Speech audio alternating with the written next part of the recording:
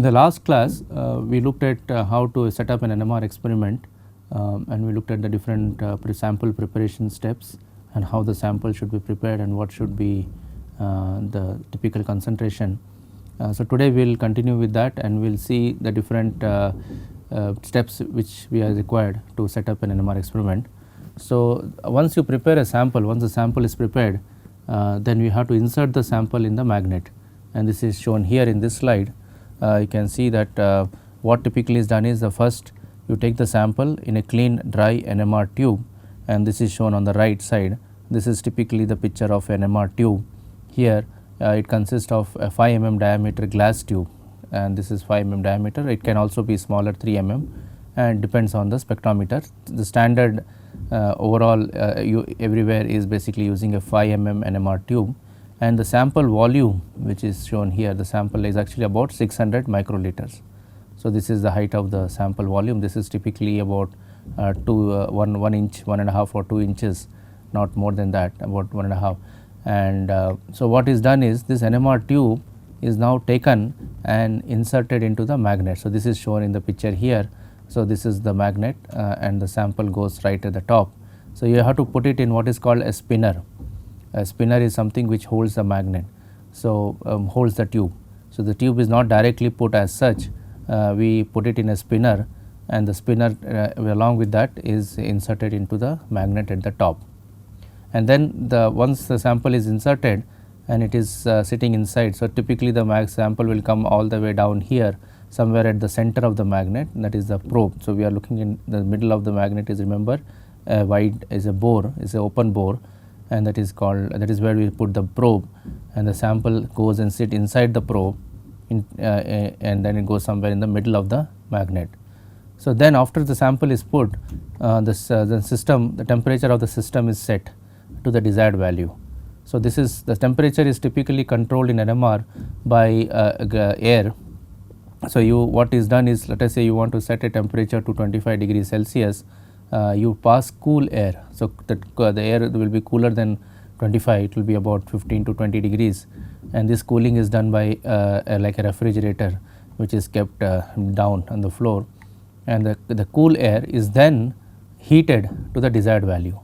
So if you want to go to 25 degrees or 30 degrees, you heat that air, and the air is circulated. So typically if you look at this picture here, this is the sample tube, and the air is given from bottom, and there is a thermocouple. There is a thermocouple which sits and monitors the temperature of the sample. But remember, this is the temperature what you set is not the temperature actually inside the sample. That is difficult to monitor because there is no thermometer or a thermocouple possible to insert into the sample, and therefore what you are actually measuring is the desired temperature around the sample. To measure the exact temperature inside the sample, there are different temperature calibration methods which are used. We will not go into detail for those methods. Typically a standard sample like methanol is used, and in the methanol you get two chemical shift, two peaks, one corresponding to the methyl and other corresponding to the OH. So the difference in the ppm value between the two peaks is related to the temperature. So by recording a methanol spectrum, one can actually calibrate the temperature. So the temperature is a very important parameter in NMR experiments, because this is a sample dependent and this is a experiment dependent parameter.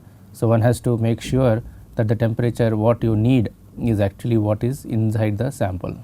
So temperature calibration forms a very important step in setting up the NMR experiment. Then once you put the sample and set the temperature, the next three things are to be done.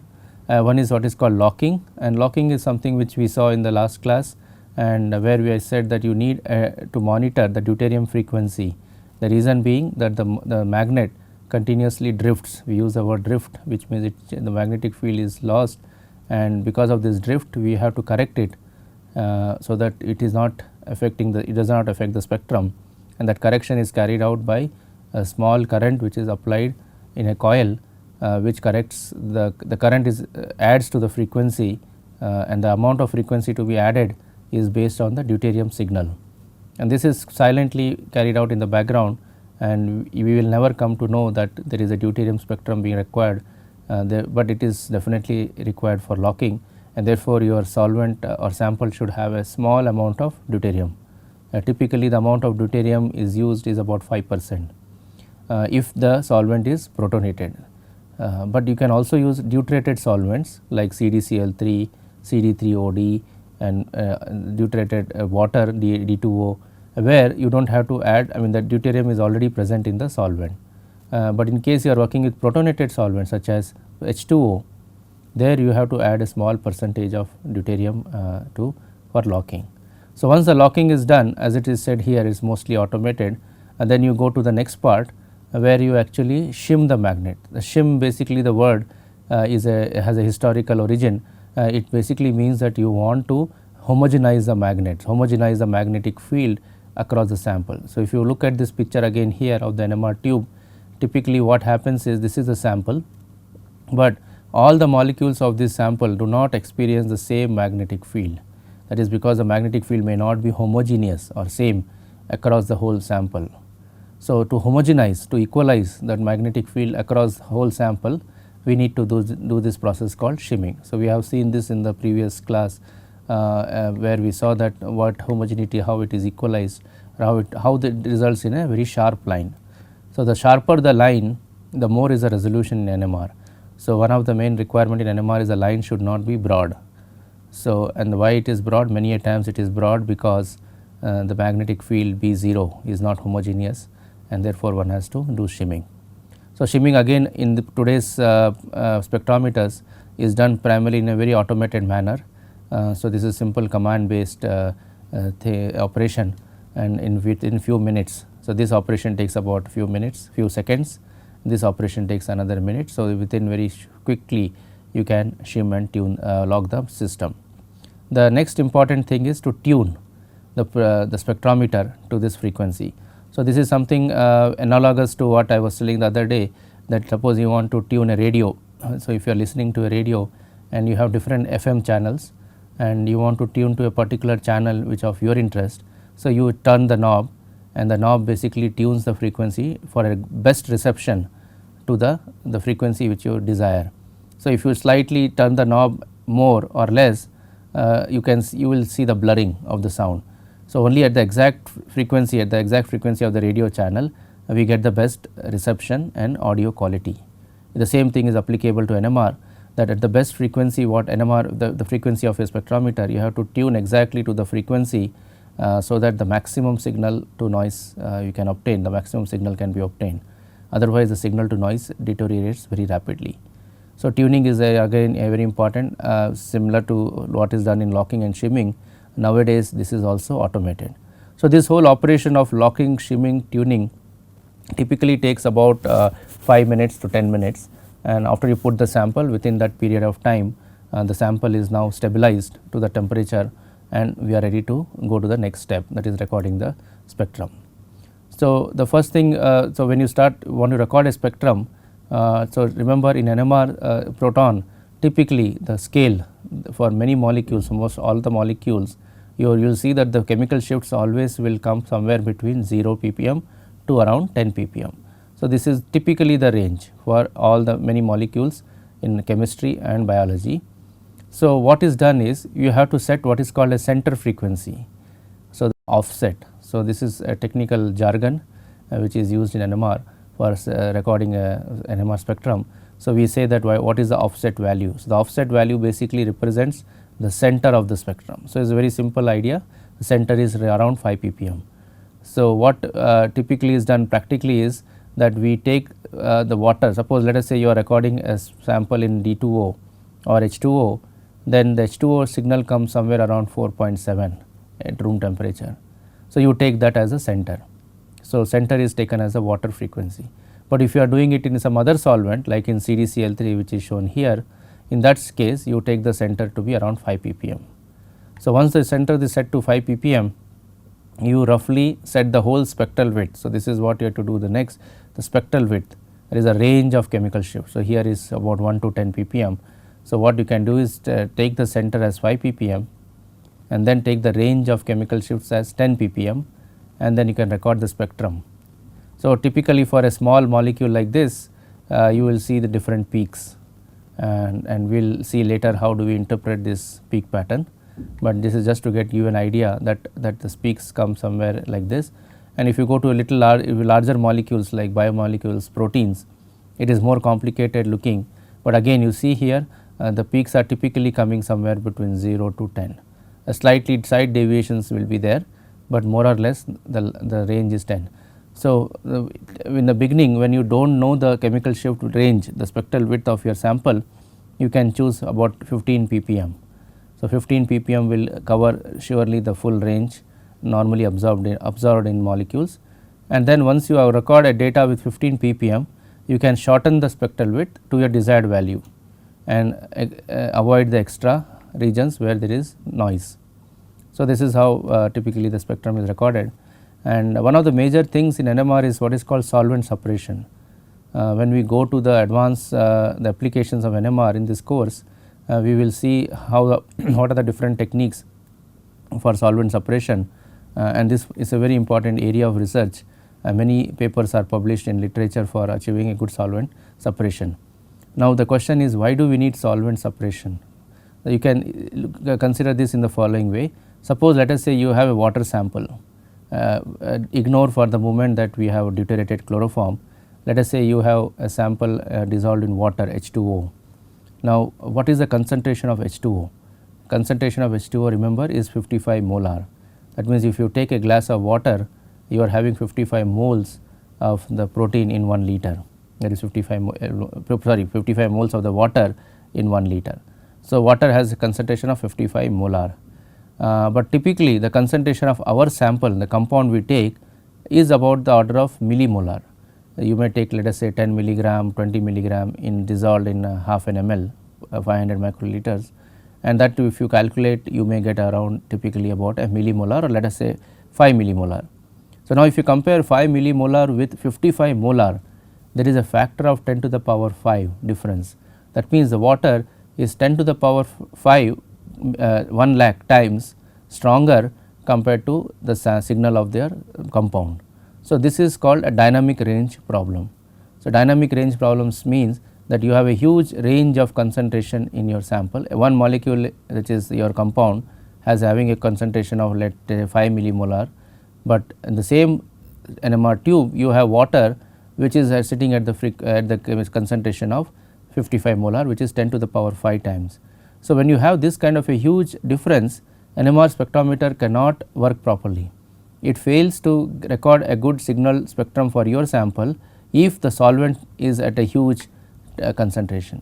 So, therefore, it is very important to suppress the solvent peak, so that when if you suppress the solvent peak all the way from 10 to the power 5, let us say to 10 to the power 1, means instead of 10 to the power 5 times larger than the compound, suppose it is 10 times larger, then it is coming within the range at which the two molecules, that is water and your compound, have the similar order of concentration.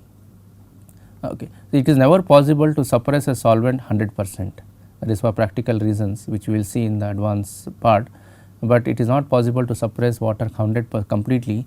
So, therefore, at least if you can reduce it by a factor of 10,000, then you come down to the level where it is similar signal to noise compared to your compound, and that process of suppressing this peak is called as solvent suppression.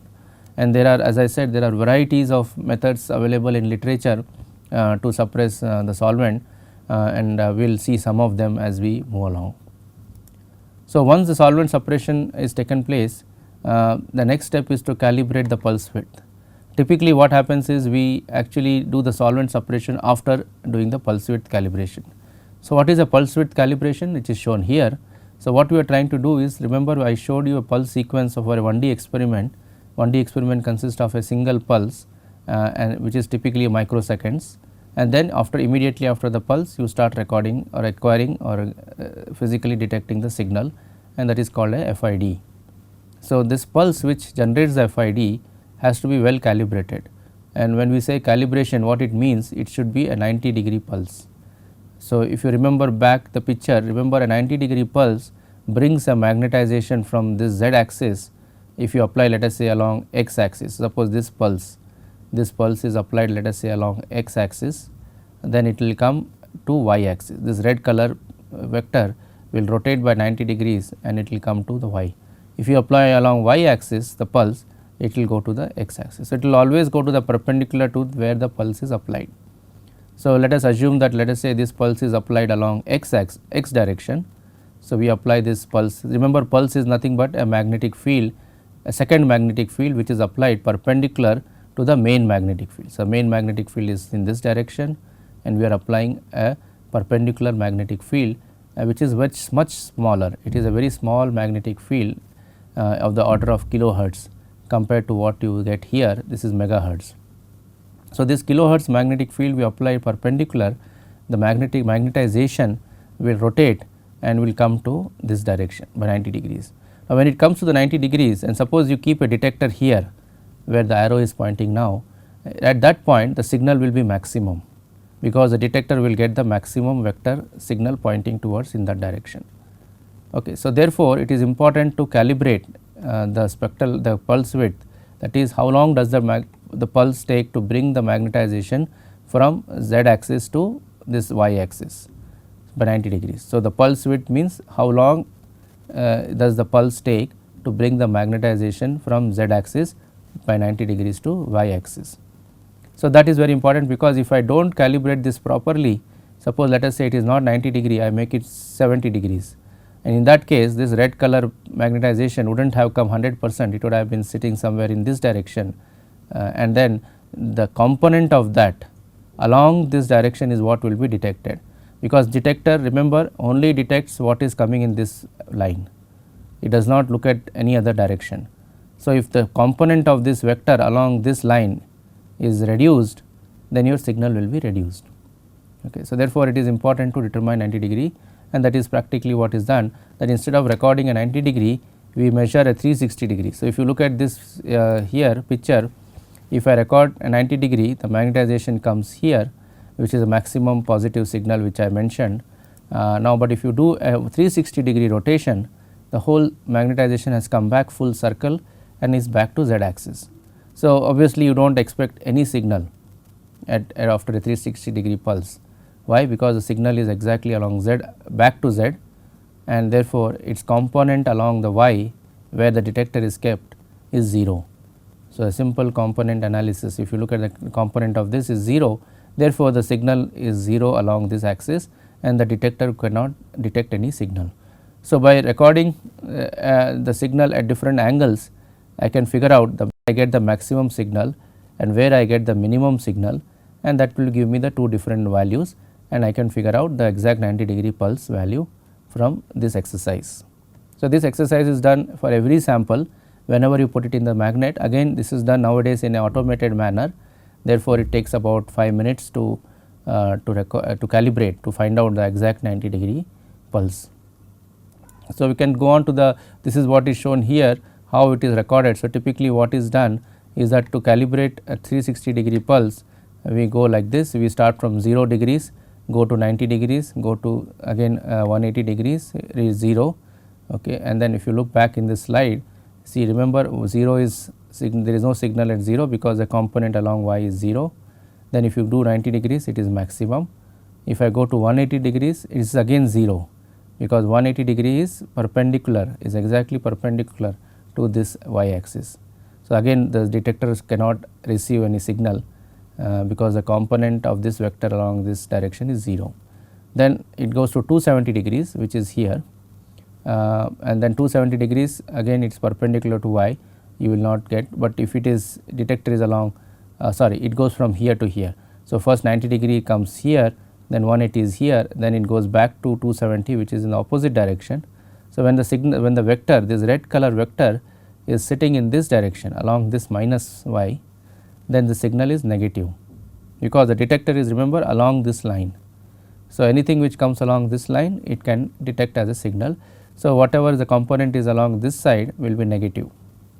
So, when you go back to 360, it is back to 0, because again there is no signal along y. So, this is what is shown here, that when you start recording an NMR spectrum, you will first get nothing, 0 because of 0 degrees, then next slowly the signal increases, this corresponds to 90 degrees, maximum comes down, it becomes 0 at 180 degrees, then again goes to negative, comes back, and so on so forth. So, this is how the pulse widths are calibrated. For example, if I know the 0 degree value is this much, I just take it by half. I mean 0 degree means 180 degrees is here, then I take it by half, and that half will give me the 90 degree pulse width. So, typically the value of pulse widths in NMR range from about 10 microseconds to 20 microseconds. So, that is typically the range we see in NMR. In fact, pulse width is a very important parameter to figure out if everything is right with the sample and the system. So, it is like, you know, when you go to a doctor, he looks at the pulse beat of a patient, and based on that he can figure out if the person is having a particular problem, ailment or not. Similarly, an NMR expert, by looking at the pulse width we get by this exercise, he can figure out if there is a problem. So, let us say the sample, if you get say about 20 microseconds value instead of 10, then that means there is something wrong. So, there could be either the sample has lot of salt in it. If you have a very salty samples, remember in biomolecules you have to always add some salt to keep the molecule stable, and that salt increases the value of pulse width because of certain effects we will see later if time permits, but mainly it is because of this loss in resistance and so on. So, therefore, if there is a higher salt in the sample, it causes a longer pulse width, and that causes a loss in the signal to noise. Or it could be that the spectrometer is having a problem, the transmitter which provides the RF signal, the transmitter has gone bad, and therefore, it is not able to provide enough power. So, if the power is not enough, what it means is that the pulse width goes up. So, and so on and so forth. So, as for an expert NMR, a pulse width is a very important number which gives you a lot of insight or idea about the system of the spectrometer. So, this is what is shown here, that there are different reasons why the pulse width can go wrong, and one of the thing is, let us say if you change the temperature, if you are at a very high temperature low, the spectrometer may not give the exact pulse width what you expect. It may be that your tuning was wrong, you did not tune the spectrometer.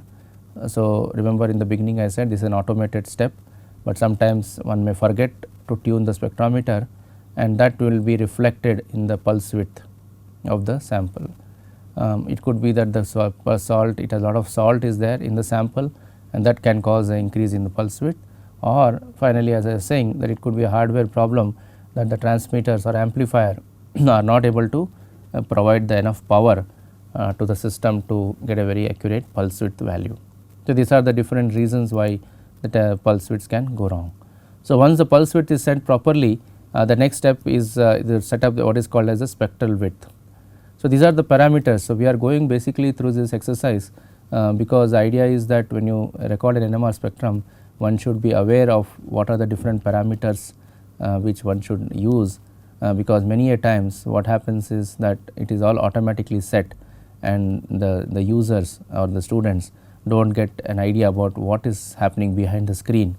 So, this the whole thing we are going through now is basically to give an idea that what is involved in recording data, but as I said, as a user you may not even worry about all this in the end, you may just record whatever is the standard default values, but it is important to understand and know that what is goes on behind recording a spectrum.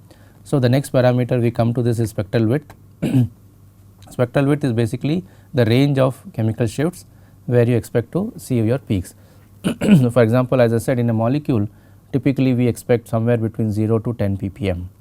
So, 0 to 15 ppm. So, that is the typical value we set, but now the question arises is, suppose I make a mistake, I do not set the spectral width properly, or we also use the word spectral window, I do not correctly set it, what happens to the spectrum? So, what happens is the following. What happens is, let us say that you have a peak sitting outside the window, and let us say you gave this window to the spectrometer to record data, but by mistake or by chance which you did not realize, there may be a peak sitting outside this window. What happens to that peak?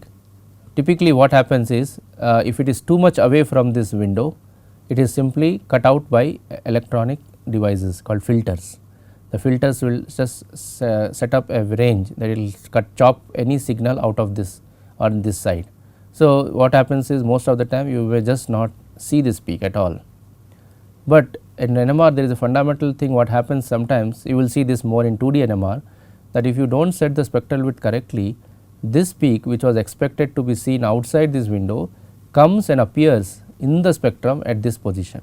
So, what is this position? This is exactly this distance. So, you take this distance from here as shown by this arrow, you take this distance, and at the same side this distance it will come as a mirror image.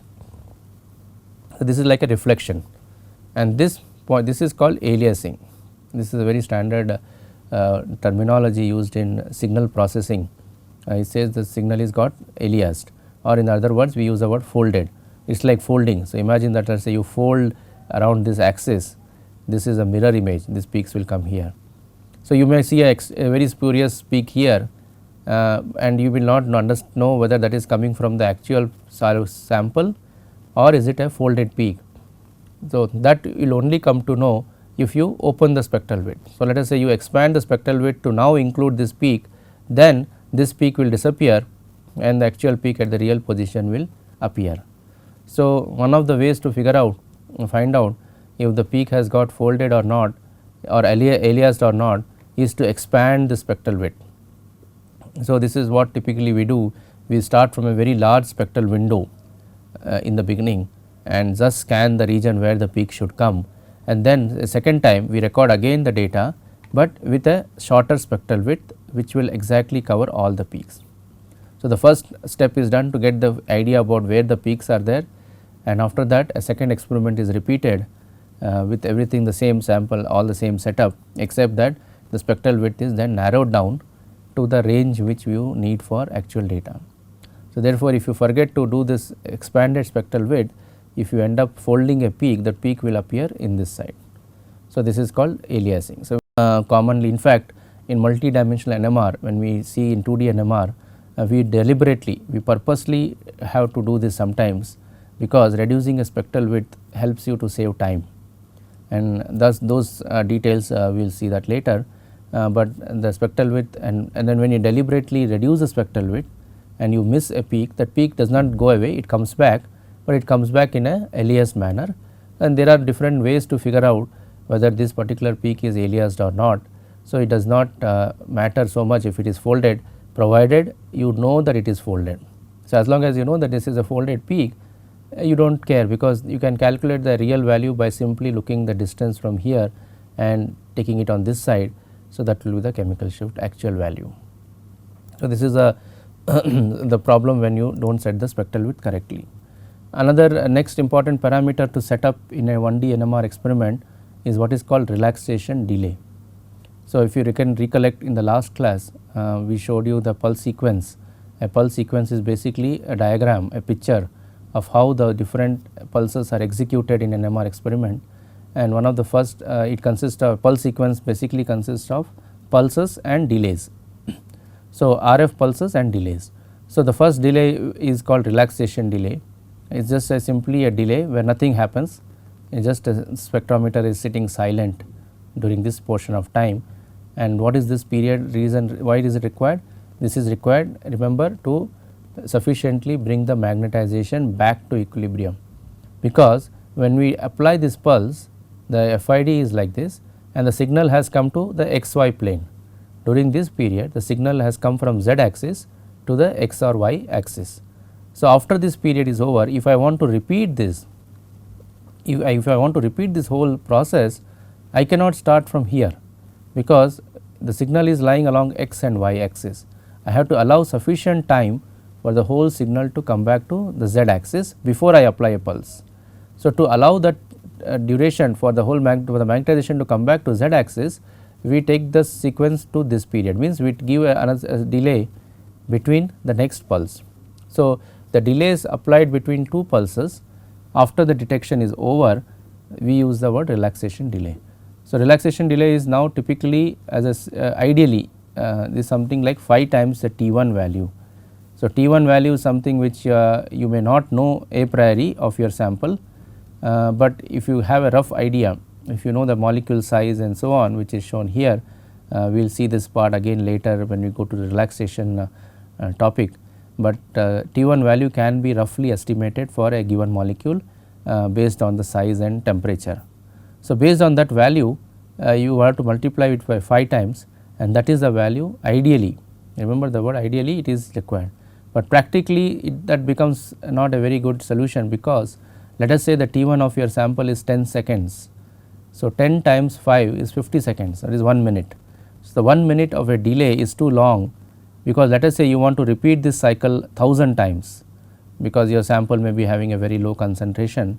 So, if you want to repeat this cycle 1000 times, you have to multiply 1000 into 1 minute. So, 1000 minutes, and 1000 minutes is a huge time to record a 1D spectrum.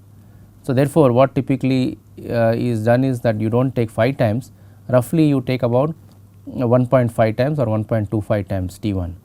So, this mathematically we can show it, although we do not show it in this course, but mathematically you can show that this is an optimal delay value which one can choose to get the best signal to noise, means the trade off between signal and time. Remember, time is also signal to noise. We saw this in the last class, that the longer the time you record, the longer the time is longer the number of scans, more the number of scans you use, better is your signal to noise. But if I have to give a long delay between scans, then my time goes up very tremendously, but my signal to noise is not improved, because this delay, remember, is doing nothing, just idle time. So, therefore, to compromise, we reduce this time by to 1.25, but time is also reduced. So, you can record with more scans now. So, you can see that on one hand you lose signal because of reducing this delay, but on the other hand you gain it because of more scans. So, overall optimally mathematically it has been shown that this is the ideal time. So, if let us say your T1 value is 1 second or let us say 10 seconds, you just need to use about 12 seconds. So, it brings down the time by a factor of 5 from 60 seconds to 12 seconds. So, this is practically the value which is used in many experiments. So, typically the relaxation delay is in the range of 1 to 10 seconds for organic molecules. When you go to larger biomolecules, there the relaxation delay can be further reduced, because biomolecules have a very short T1, means the value of the T1 is less compared to the value of T1 for an organic molecule. And why is that so? That comes from this whole theory of T1 relaxation, which we will see at a later point. So, this is what is shown here, that T1 decreases with the size of the protein, so increases the size of the protein, and T1 decreases with size of the molecule. So, therefore, T1 is a parameter which depends on the molecule, and once you have a rough idea, you have to use a correct relaxation delay between the scans. So, these are the few parameters which you have seen in the setting of the experiments. We will continue a little bit more on what are the other more parameters to be recorded or used in the next class.